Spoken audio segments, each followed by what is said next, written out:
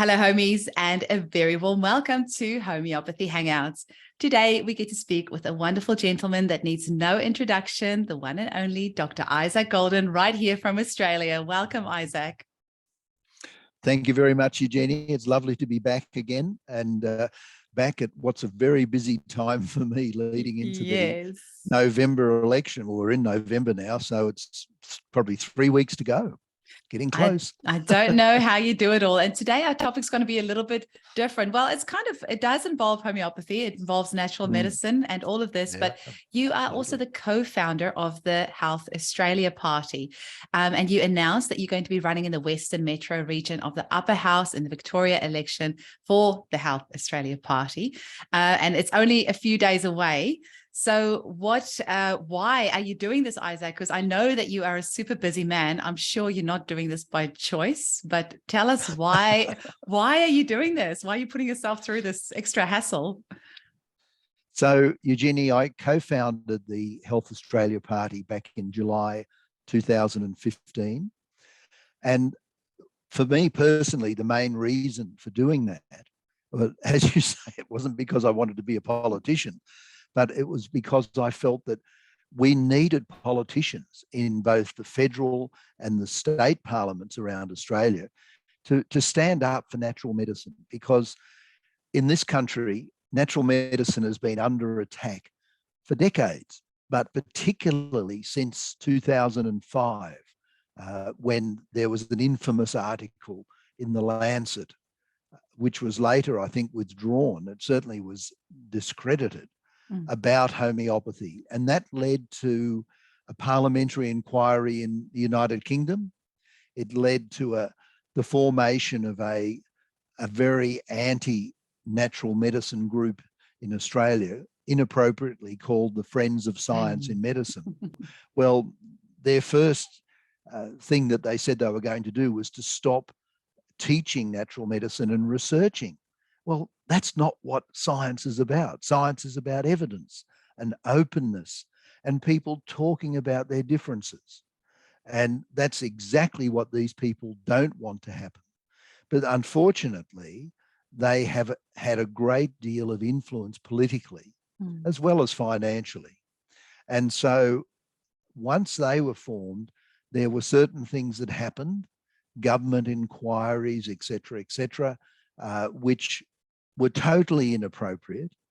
The NHMRC did an inquiry on homeopathy, which was contested and is still, after years and years and years, is still not being resolved. And the inquiry was, from a scientific point of view, was very weak. And in fact, people could rightly claim that there was a distortion of evidence. Let me put it very, very politely. And that's still ongoing. So in 2015, there were 5 other folks who all supported natural medicine, and we decided to have a crack at it. And we were told we were doing it the wrong way around. So instead of starting at the bottom and working up, we started with the federal election back in 2016 and have been working downwards ever since. And unfortunately, there were things that happened in that early election. One of the people who co-founded, unbeknown to the rest of us, had suddenly discovered the vaccination issue. I mean, everyone else sitting around the table knew about it. And so he started releasing very erratic and inappropriate posts on social media. And he got the #1 draw in his state, which turned all of the media attention on him. And then the media from then on has come out and said, the Health Australia Party is an anti-vax party, and we're not. And we might talk about that later on. We actually took that eventually to the Press Council of Australia and won. So hopefully, at least in that part of mainstream media, you don't hear that accusation. But look, it's amazing timing of all of this. I have literally about half an hour ago put up a new post on the Health Australia Party Facebook page addressing this exact question about whether we are an anti-vax party and showing evidence that we're not. So the bottom line for us was that we saw health as not just being a single issue to do with healthy people. And for those who look at the Health Australia Party webpage, you'll see we rest on 5 pillars. So healthy people is one of them, but healthy environment, healthy economy, healthy democracy, and healthy society. And without those 5 things, you can't really say a country is healthy. And so when we took on this, we took on the title of Health Australia Party. We wanted it to be known in the broadest, most holistic sense. But of course, not everyone does. In fact, I heard the other day, someone said, oh, they're a health party. Oh, so they support pharmaceuticals, do they? Well, no, we don't. And the pharmaceuticals certainly don't support us. We've and they don't support health. Health. They support disease suppression. They don't support health. In fact, one of our major things that we talk about in this election campaign is that we don't want a system of medicine that is a disease management system. We want a health creation system, because the system of medicine in Australia at the moment, and in most developed countries around the world, is a disease management system. And of course, that suits the pharmaceutical drug cartels down to the ground, because they make money out of disease. And, you know, people say on the media and in the health bureaucracies of this country that we have one of the best health systems in the world.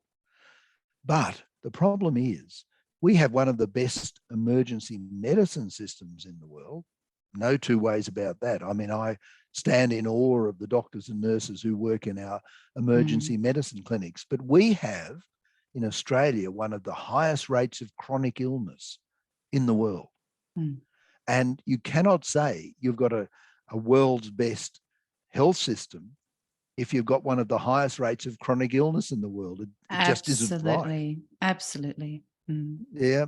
And so this is one of the things we've tried to do right from the start, is to show people that actually our health system, as it's called in here, which is really our disease management system, is dominated by the pharmaceutical drug cartels in every level of the system, from the education of doctors and nurses through to the filling of hospital pharmacies, through to the health bureaucracy, and through to politicians. And I know some people probably think, oh, you know, he's exaggerating, he's anti-pharma, so that's what he's saying. But this is evidence-based by the Harvard Law School back in 2013. They released a series of articles. I think it was 16 articles in a law journal. And I mean, Harvard Law School is one of the most prestigious law schools in the world. They set a group of experts a 5-year task to analyze the effect of pharmaceutical corruption on all of the things I just mentioned, but also on patient groups online, on doctor groups online. All of these things, everything has been infiltrated by the pharmaceutical drug cartels. And for anyone who really cares about medicine and honesty and genuine science in medicine, please have a look at that study. Absolutely. Well, that's one of the great failures is transparency in research and informing honestly the populations in every country what really the state of health is. It's just so sad. And so I thought, and others thought, if we could get a few people in the federal parliament, in the state parliament, maybe we could make a difference by talking to parliamentary colleagues one-on-one, face-to-face, and say, look, you have been misled. You have not been told the truth. And of course, over the last 2.5 years with COVID, this has been shown more than ever before to be the case. We had talking heads every night on the TV, every day in the newspapers and on the radio, talking about all this stuff, which was really just quoting from the pharmaceutical playbook. And the thing that upset me most about our response to COVID was from day one, back in February 2020, we were told by our experts, by our leading health professionals, that there was no method to prevent COVID and we didn't have any treatments. And that was a lie. And doctors in America in particular and in Europe, they published enormous amounts of evidence talking about how they were treating COVID patients over there. And really simple things like if we'd given elderly patients in our nursing homes decent vitamin D supplementation, and that's really cheap, the death rate would have been a fraction of what it was. The admissions to emergency wards in hospitals and going on ventilators would have been a fraction of what it was. Wow. It's that simple, that inexpensive, and that's why the pharmaceutical drug cartels are opposed to it and are trying to stifle honest discussion about all these options, because they don't make money out of that. They can't patent vitamin D.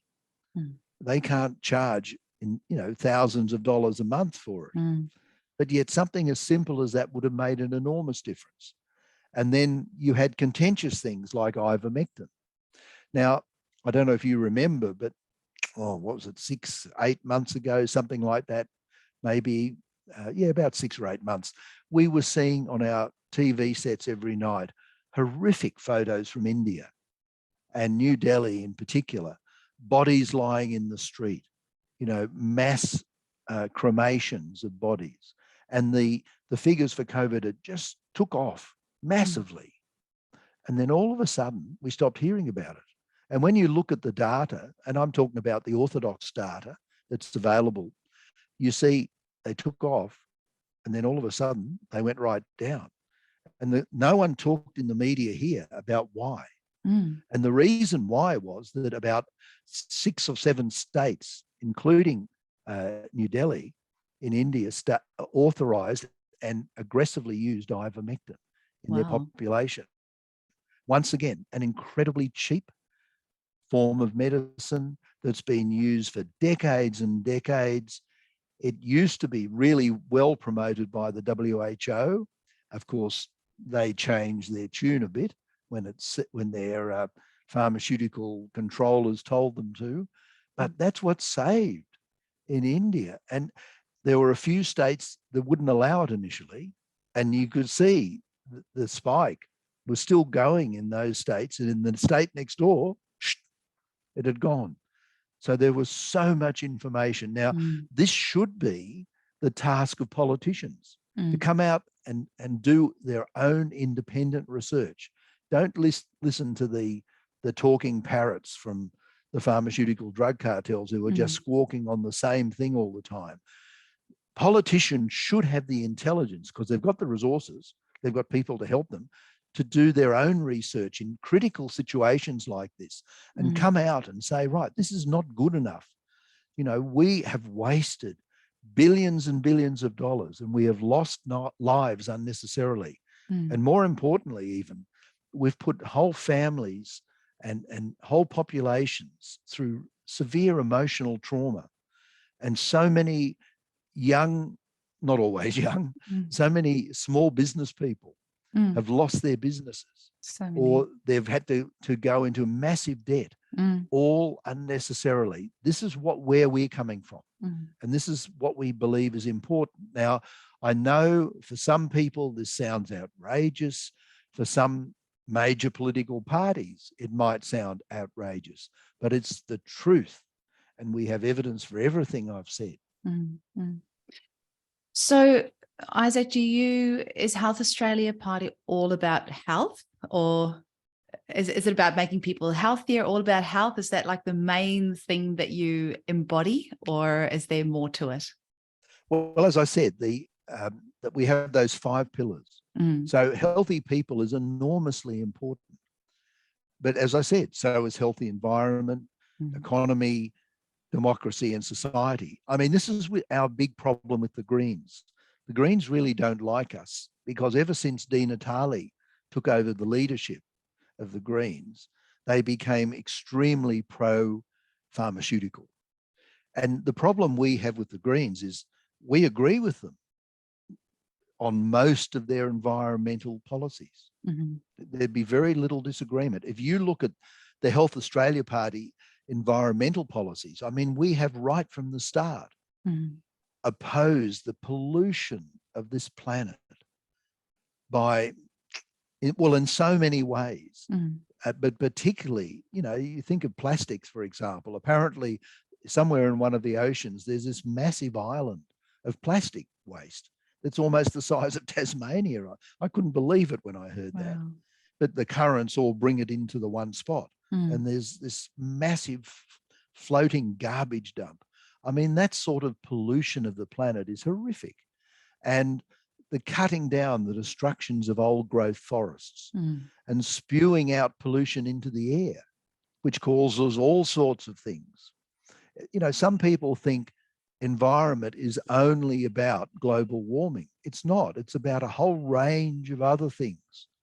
And whether the planet is warming or not, some scientists say yes, some scientists say no. I don't know the answer, but I look at for example, the melting ice caps. And to me, that's more important than a graph that goes this way or that way. Because if the planet warms, the ice caps are going to melt.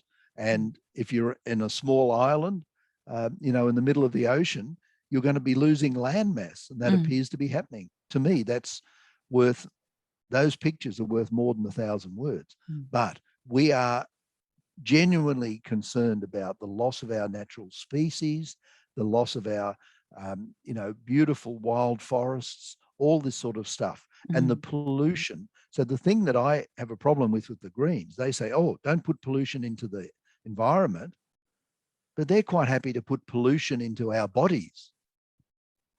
You know, once again, ever since Di Natale took over from Bob Brown, who I thought was a wonderful old chap, I always used to vote Greens when Bob was running the place. He was a real doctor who understood holistically that there's so many parts of us that need to be dealt with. The problem I have with the Greens now is that they don't see that. They are quite happy to put toxins into the system. You're just not allowed to put it into the environment. We believe both. You don't put it into people, or you don't put it into the environment. But the economy, the society and democracy are so important as well. So, yep, you can't have one without the other. That's the truly holistic approach. Looking at those 5 pillars, that's what we believe anyway, and that's what we stand for. And what about some other issues that I'm sure the Victorians are going to be asking about, like things like cost of living and, you know, democratic rights and freedoms, and, you know, especially after COVID, I think that's going to be on everyone's mind. So and it feels like cost of living is going crazy at the moment. I just can't believe, you know, how prices are rising. But what would you say to the Victorians asking about that? We actually have got a little slogan for this, a 3-word slogan for this election. It's freedom, prosperity, health. Freedom in terms of democratic rights, freedom to choose.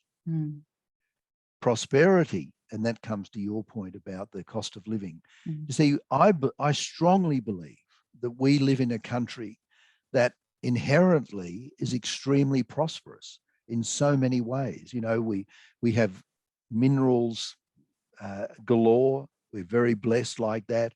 But also we have the ability to grow all our own food and share food with the world, and clean green food. Well, unfortunately, it's not as clean as it might be because there's a lot of fertilizers used, which I just love. And this comes back to the environment, of course. I love farmers who have actually made a stand and said, we're not going to use chemicals anymore. We're going to actually do it naturally. And it's hard for the first few years, but apparently after that, they not only save a huge amount of money in not having to pay for chemicals, but their livestock, if they're growing livestock, are healthier, they have less disease, and their whatever grains or crops they're growing have less disease as well. So it's a win-win. And we would love to really champion something like that if we got into Parliament, because that's really the greening of Australia back from, the mass destruction that our species has caused on a lot of the plates, unfortunately. But in terms of prosperity, I mean, you're so right, Eugenie, the cost of living is becoming intolerable for many people. A lot of people these days, they spend half of their income on rent. And so that leaves very little for healthy food, to be able to have a bit of socialization and relaxation. If they've got children in particular, the cost of schooling and all that sort of stuff. So we believe that Australia at its heart is potentially one of the most prosperous countries in the world. And we want to return to prosperity for everyone.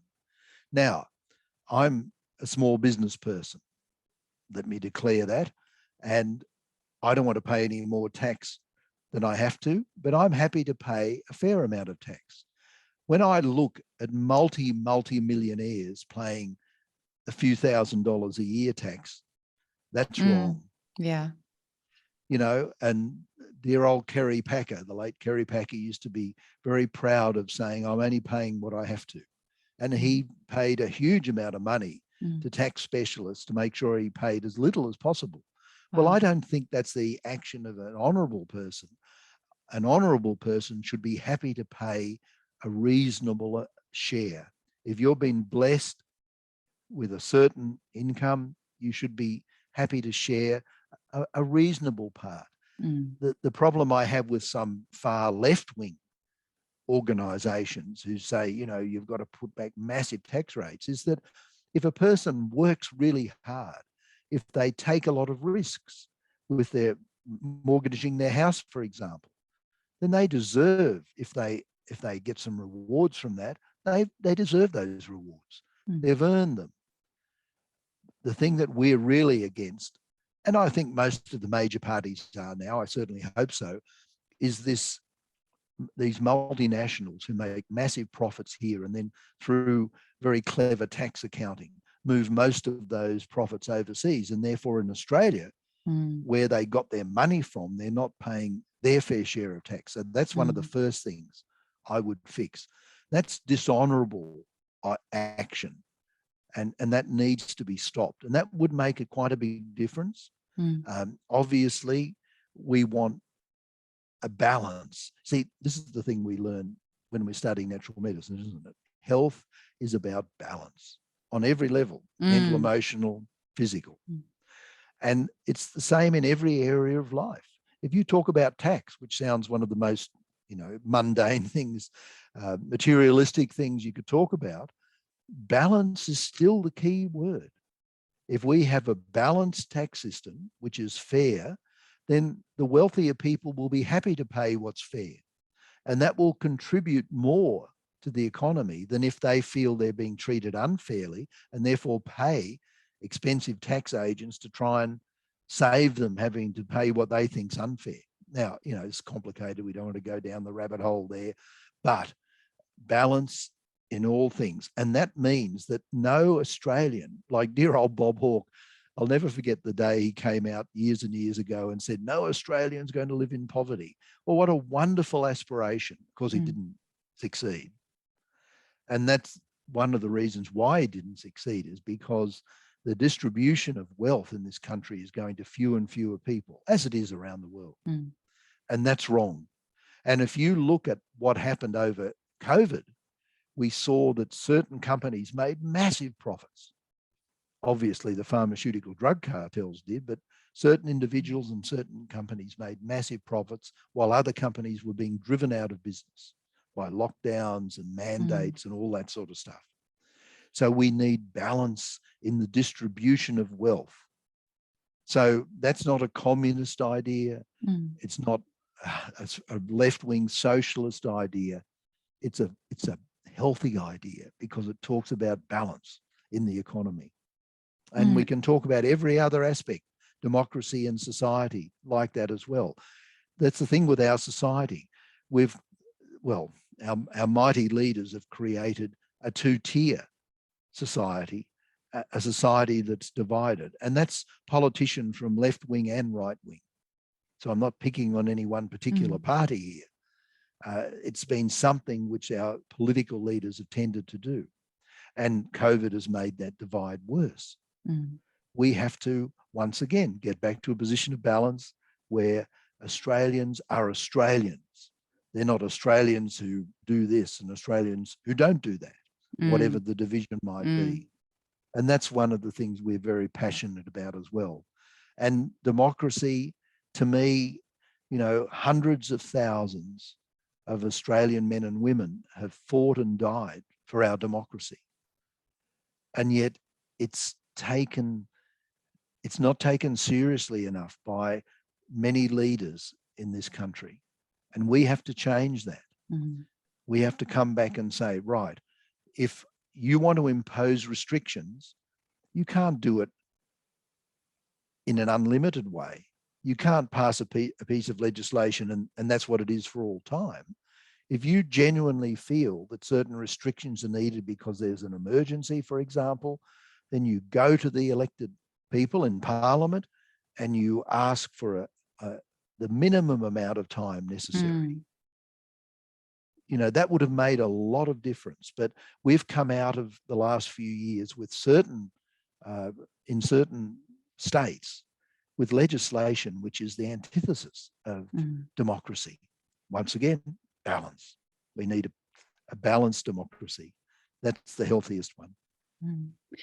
It's just unbelievably scary. And sometimes I'm like, is this actually even real? Like, how do these people think that they can get away with what they're getting away with, forcing us to have medical procedures done to our bodies? Like, it seems so surreal. If it wasn't that I'm living this life, I would think this is all just like a bad horror movie that, you know, the past couple of years, like who in their right mind ever can be so egotistical to think that they have the right to tell another human what they can do with their body. So I'm guessing this is something that the Health Australia Party feels strongly about, that, you know, it's not going to be forcing anyone. Yeah, I mean, we certainly don't believe in mandating invasive medical procedures.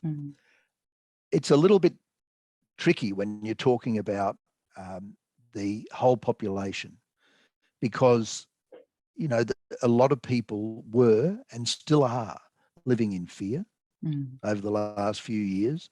And that fear is being prodded still by the so-called experts. I was shocked the other day to see one of the well-known talking heads appear on the TV and talking about, you know, how dreadful everything's going to be. And the person was wearing a mask, sitting alone in their home recording studio or office, wearing a mask. Oh, now, my gosh. You know, what message is that other than trying to keep fear going? Yes. And this is what we object to. Look, I have no problem if someone wants to wear a mask, if they feel that they need to do that to either protect themselves or protect other people. I mean, there are hundreds of orthodox medical articles in peer-reviewed journals saying it actually doesn't do as much as people say it does. But then on the other hand, you can say, well, look, here's an article, there's an article saying it is really good.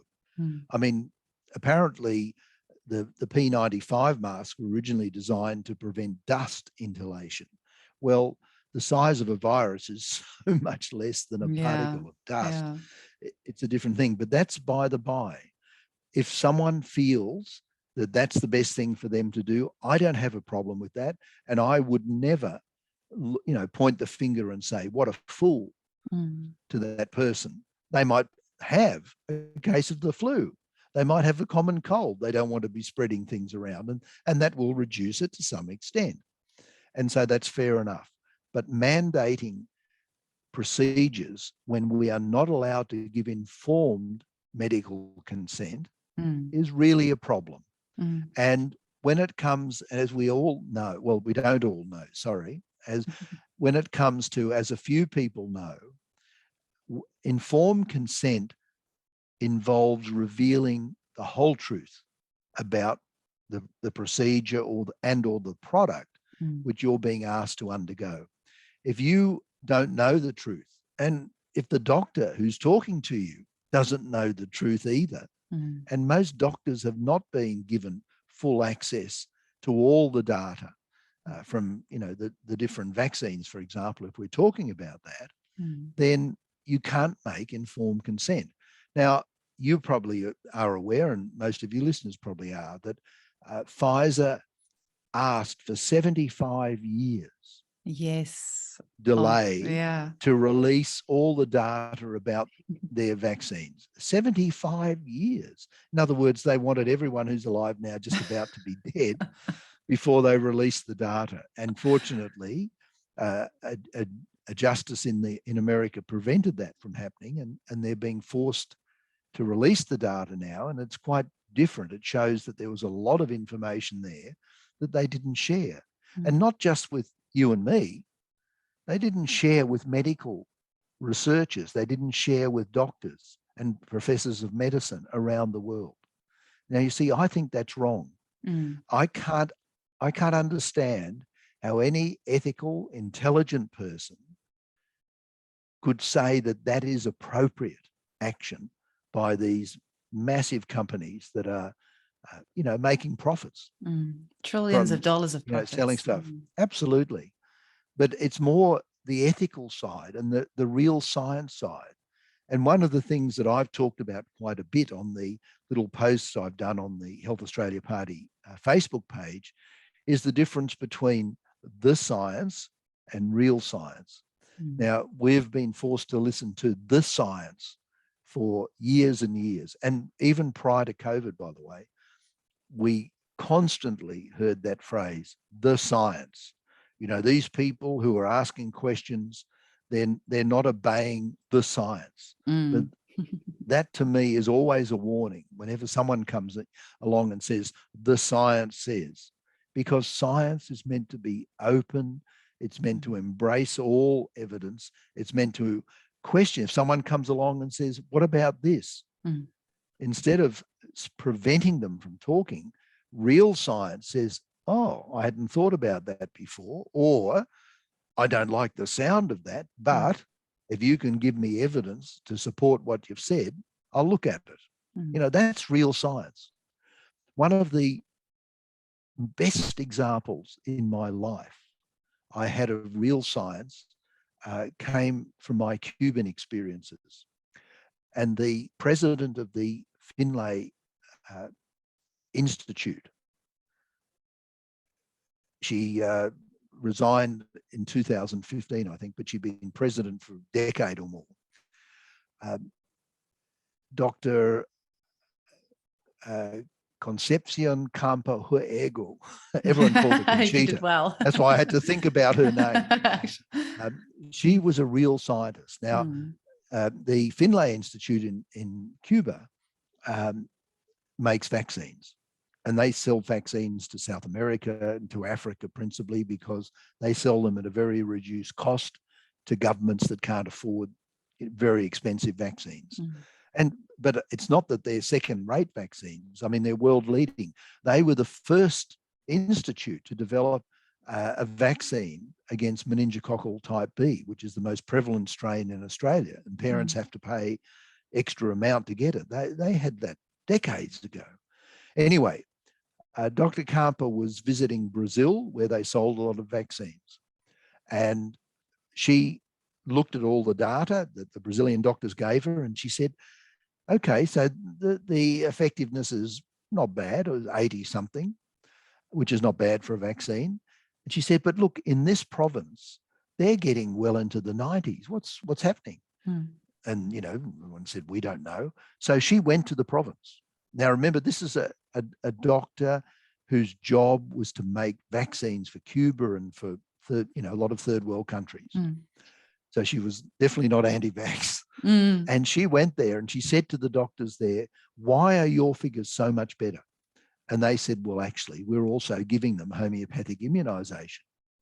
And she'd never heard of it before. But being a real scientist, and this is what I mean about real science, she went back to Cuba, and and she tried it out on a small leptospirosis outbreak. A small hepatitis, I think it was hepatitis A outbreak, and she saw it worked. And then in 2007, the country was hit by some very severe hurricanes, particularly in the east of Cuba. And so she then got the vice president, Dr. Bracho, to go there, have a look, to come back, to have a look around the world and say, okay, it worked in Brazil. Can we use homeopathy to stop this outbreak of leptospirosis in the 3 eastern states? And I didn't know anything about this at the time, but he looked at what was available and he came across my work, and they based their potencies on what I'd been doing and published. And then in 2008, an even worse set of hurricanes. I think they had 3 severe hurricanes in a row. And the conditions were absolutely shocking. And leptospirosis carried through standing water, mainly by rodents. So the reason why the hurricane season was a problem is because there's a lot of standing water. But I mean, you look at all the floods in New South Wales and in Queensland and in Victoria, there's standing water everywhere. So, you know, it's a risk even here. And what Dr. Bracho did at the Finlay Institute, they put aside a lab. And remember, this is an institute that manufactured vaccines. They put aside a lab and they worked flat out for 2 weeks, making a medicine, homeopathic immunization, to give to over 2.2 million people in those regions. They did that in 2007 and again in 2008. And the figures in 2007 were published first in the journal Homeopathy. And the improvement was based around a predictive model, which meant that, you know, people could question that. In 2008, it wasn't based around a predictive model. We had data for the rest of the country who weren't given the homeopathic immunization and the 3 provinces on the east that were. And we were able to make a comparison. One of the trips I did over there, Bracho and I spent 2 weeks sitting in one of the offices in the lab, working on this data. And it was published in Homeopathic Links, well, quite a few years ago. It's unambiguous. Blind Freddie could see, and even pharmaceutical executives could see, that's the problem, that we made a massive difference because the rate was higher in the provinces that weren't as badly affected by the hurricane than it was in the provinces that were affected worse by the hurricane but were given the HP. So it was a perfect control group. Now that came about because of a real scientist, Dr. Kruger, who said, okay, this is something I don't know anything about, but I've seen evidence that it works. Let's try it. That's real science. If we just had people like that running our scientific institutes in Australia, we'd get somewhere really quickly. The incidence of chronic disease in this country would be significantly lower. But instead, unfortunately, people are taking their marching orders from the very corrupted institutions in America, which are leading medicine in America. And that's why we have similar sort of disease rates, chronic disease rates as the Americans, because their system has been corrupted for longer than ours. But it can be undone. You know, it just needs politicians, honest politicians, to see the truth. And that's what I was really hoping could happen when we started the Health Australia Party, to see honest politicians get the truth. And eventually there'll be enough honest politicians to say, okay, we've got to do something about this. And, you know, there's so many more examples one could give, but that's one of our goals. Truth, real honesty in medical evidence. Well, Isaac, from what I know about you, you are a man with incredible integrity, and I cannot think of anyone else better to, you know, give us some light at the end of the tunnel than you, because you are integrity personified. So I think the people need that as well. I think people need to have, you know, have somebody give them a little bit of faith in the politicians again, because everyone just knows that, they're just all bought. This doesn't matter who you really vote for, because nothing's really going to change anyway. So how do you, if Health Australia Party being a smaller party, if even like one or two people get in, do you think you can actually make a difference? That's a really good question. And by the way, not everyone thinks I have integrity, Eugenie. I've been badly attacked in certain areas, and it's starting to happen again. Once, I made the announcement that I was running, already there's been things that have come out and, false information being published. But anyway, look, that's par for the course. You just you knew that was going to happen again. I know, with all your decades of work that you've done, that you have had so many attacks already. So it's always sad. It's always sad, the type of people that do those sorts of things. Why don't you, they can go out and go make the world a better place, but it's easier just to sit back and try and badmouth somebody else. Yeah. Anyway, in terms of, can a small party make a difference? Well, of course, it depends on who holds the balance of power in the upper house. And if you happen to be holding the balance of power in the upper house, yes, you can. You can make a very big difference. Or more likely, if there are a number of like-minded people, small parties, who collectively hold the balance of power in the upper house, then yes, you can make a difference. And I mean, to me, if that was the case, it would be an absolute blessing. It's why this preferencing system in Victoria, some people criticize it and say, oh, you don't end up with democracy. You get people who win a tiny first preference getting elected. But I mean, they wouldn't get elected unless a whole lot of other parties had also supported them, meaning that even though they might have started on a low mark, they ended up with enough of a quota to be elected. But the thing is that if you only have the four major parties in a parliament, you don't have genuine democracy. As it is, Labor and the Greens are one block and Liberal Nationals are another block. So really, you've got two blocks. And it's like the American system, with the Democrats and the Republicans. In fact, I had an email from a colleague, homeopathic colleague in America this morning, and she was bemoaning the fact that they've got their elections there in a bit over a week, I think, and there's only two parties to vote for. That's not good enough. I mean, at least nominally we've got four, but really it's two blocks. But to have minor parties, and it's one of my greatest disappointments with Malcolm Turnbull when he was Prime Minister, that he was the one who stopped the options of the minor parties getting elected in the federal parliament.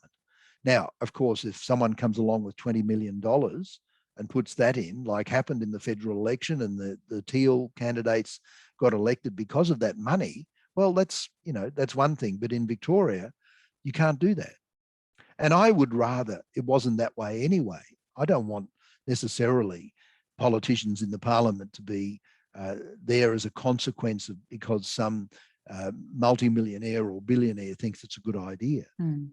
But it's better than not having them there. That's all I would say. And, I've seen, for example, in the federal parliament, Pocock come out, Senator Pocock come out and give some really good talks. And if, he's a person who's not a politician at heart. He's was an amazingly good rugby union player. He's captain of Australia. Tough guy, really, really tough guy. And I hope he uses that toughness in Parliament. And you see, he was holding the balance of power for one of the votes there. So yes, a single person can make a difference. But I'm hoping, of course, if I got elected, for example, that I'd be able to work with a number of like-minded parties, not to block for the sake of blocking, but to hold whoever's in power, whoever wins after November the 26th. It'll probably be Labor in Victoria being re-elected, but no one knows until the day. But whoever wins, not to block everything the government tries to do, but to say, okay, well, we think this is good, but we don't like this. Let's talk about this and see if we can improve it. That should be the aim. And you don't hold them accountable, for whatever decisions they're making, and Yeah. Just Absolutely. keep them honest and keep them accountable. Absolutely. That's why small parties, I really hope, do well in this election. However well we do or don't do, I really, really hope that smaller parties get a decent level of support and therefore do have a say in the next Victorian Parliament. It'll be a tragedy if they don't. Now, for people like me who are not very politically minded and would like to support you, but get really confused by this upper house voting system and how they vote for you, can you just do a voting for dummies section for us on how people can vote for you and how this all works? It's really, really easy. We only have a couple of candidates running in, I think, 3 or more lower house seats. And in the lower house, you just number 1, 2, 3, 4, 5, 6, 7, whatever number of candidates in the order you want. That's simple. You've got to number everything in the order you prefer. But in the upper house, you're faced with this enormously long bit of paper with a whole, I don't know if it's 27, someone mentioned a figure, something like that, of different parties. So it's a long, complicated looking bit of paper. It's actually quite easy. You've got a choice. You can either vote above the line, so you've got a line with all the party names, and below the line you've got the individual candidates for each party, and above the line you've just got the name of the party with a box. So if, for example, you didn't want to make your own personal choices about preferences, you just put a number 1 for Health Australia Party above the line. That's it. It's that simple. And if you want to actually be in charge of your own preferences, then what we ask people to do is below the line, we've got 2 candidates standing in every one of the 8 upper house regions. You just number 1 and 2 for Health Australia Party, and then you've just got to number another 5 candidates. You can number the whole list if you want to. You actually only have to number 5 in total, but I always say number us 1 and 2 plus another 5 means you're numbering 7. You're not going to get into any trouble about not numbering enough and therefore your vote not counting. Because if you don't number enough and you're voting below the line, your vote doesn't count. Oh, okay. And that's really important. That's why I always add a few more on just to be sure. And that's where you can look at all the other parties. And if you like, this, and this minor party, fine. Number them 3, 4, 5, 6. But then I usually recommend to make the maximum out of your vote. If you have a preference for Labor or Liberal or National or Greens, give them the last vote. Because what that'll mean is that if none of those small parties that you've numbered before gets elected, at least you'll be able to give a preference to the major party that you want to win. So for me, that's the simple way of doing it. But if you just want to number 1 above the line, then each party, I think it's on the 13th of November, by then they have to lodge their preferences. And then those preferences are published. And look, I'm not doing the preferencing for Health Australia Party. One of my colleagues is doing that. And I don't even know what they're doing at the moment. It's so complicated and it's changing all the time. Every now and again, I get a call from him and say, I've just spoken to so-and-so is doing this and we're doing that and somebody else is doing something else. It's very, very complicated. So it's a blessing for me not to have to do that. But once the preferences are published, if you don't like the preferences that we've given, and we're giving it for a particular reason to try and get the best preferences back that we can, then you can number your own preferences. If you're happy to put just 1 above the line, then your vote will count because we're numbering every other party. So your vote it'll come to rest somewhere. So you're not going to get a 0 vote. But if you just want to number 1 of the majors at the very end, that will mean your vote will count, even if you only number 6 or 7 boxes below the line. Did that make sense? That Eugenie, actually what I made said? sense. I feel like I almost understand that. I'm feeling very proud of myself that makes sense. So who else have you Good. got standing for the party? Well, my daughter Leah, who Yes. is standing as my number 2 candidate Yay. in Western Metropolitan Region. I've got a sneaking suspicion we're the only father-daughter combination, which is really lovely, and she's been a great help to me. Look, we've got a whole range of different people. They're not all natural therapists, but we have a number of homeopaths and natural medicine practitioners standing either in the first position or the second. Look, the honest thing is that whoever's number 2 in a particular region is not going to get a seat. It's impossible. It's mathematically impossible, unless you're Labor or Liberal, basically. But for a small party, if you get number 1, that's a blessing. So a number of people have put their hands up to be number 2 candidates very generously. They don't know they're not going to win. We don't have the resources to go out and mount a massive campaign. We don't have the volunteers to be going around to everyone's letterbox, putting polluting messages in there, or standing on all the booths giving handout cards. We're going to focus on a strong social media campaign, which started the other day, and of course, Murphy's Law always applies with social media campaigns. Last Sunday, I went and recorded 6 or 7 interviews with a young friend of Leia's, very nice young man, with a very nice camera set up and everything. Looked beautiful. Then we heard the sound. Oh no. The microphone wasn't working. And so we thought, should we put it out or not? And because it was hissy and echoey and no, the advice was don't put it out. So I'm now having to do them at home, one at a time, and releasing them.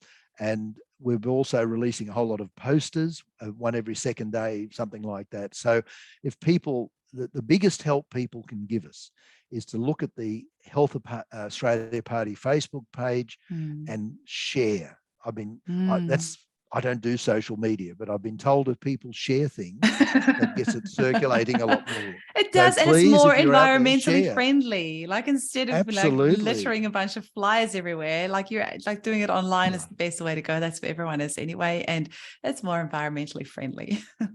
So thank you very much for helping, get the message out. It really is appreciated. We really are the only party that's dedicated to natural medicine. We're not just dedicated to natural medicine, as we talked about earlier, because there's the 5 pillars, the economy, environment, etc., is so important. But we are the only party who really understands health. And even though many of the other minor parties have their merits, if people are concerned about health, about their freedom to choose the forms of healthcare that they want, but also looking at health in a truly holistic sense, we are the party that will stand for that. And it's not just naturopaths and homeopaths, etc. It's also integrative medicine doctors and, of course, chiropractors and other people. But so many integrative medicine medical practitioners have been attacked recently and don't have the freedom to do what they want to do with their patients. That was the beautiful thing about the Cuban system. The doctors there, they could use pharmaceuticals, they could use herbs, homeopathics, nutritionals, whatever they thought was best. We could learn so much from that. And also in the Indian system, where they've got a ministry of Ayush, which is effectively the ministry of natural medicine. If you combined that aspect of the Indian system and the other aspect of the Cuban system, you've got almost a perfect system. We can only dream, hey, but I mean, that's what I keep trying to work towards, mine too. And that's why I do this podcast, just inspire enough people. But, even if Health Australia Party can help us to be able to claim from our private health funds for natural medicines, which was taken away from us on, I always think it was the 1st of April, April Fool's Day, 2019, that stopped of all the days of the year. It wasn't a joke. Yeah, it wasn't a joke, a very cruel joke. But if even help with that. I mean, is there anything, I love what you stand for. It's so true. You know, it's not just about our health and our health choices and our sovereignty of our bodies, but also the health of the economy and the health of the land. And that is the truly, what we want to leave as a legacy for our children and what they deserve. Absolutely. And we owe that to them. Is there any final message that you leave our listeners with, or is there anything else that you want to clarify about anyone who associates you as, an anti-vax look, organization? I've talked enough about the anti-vax. We're not.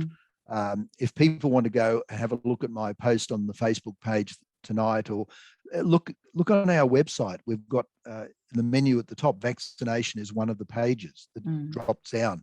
Look there if you feel that there may be some substance behind the anti-vax.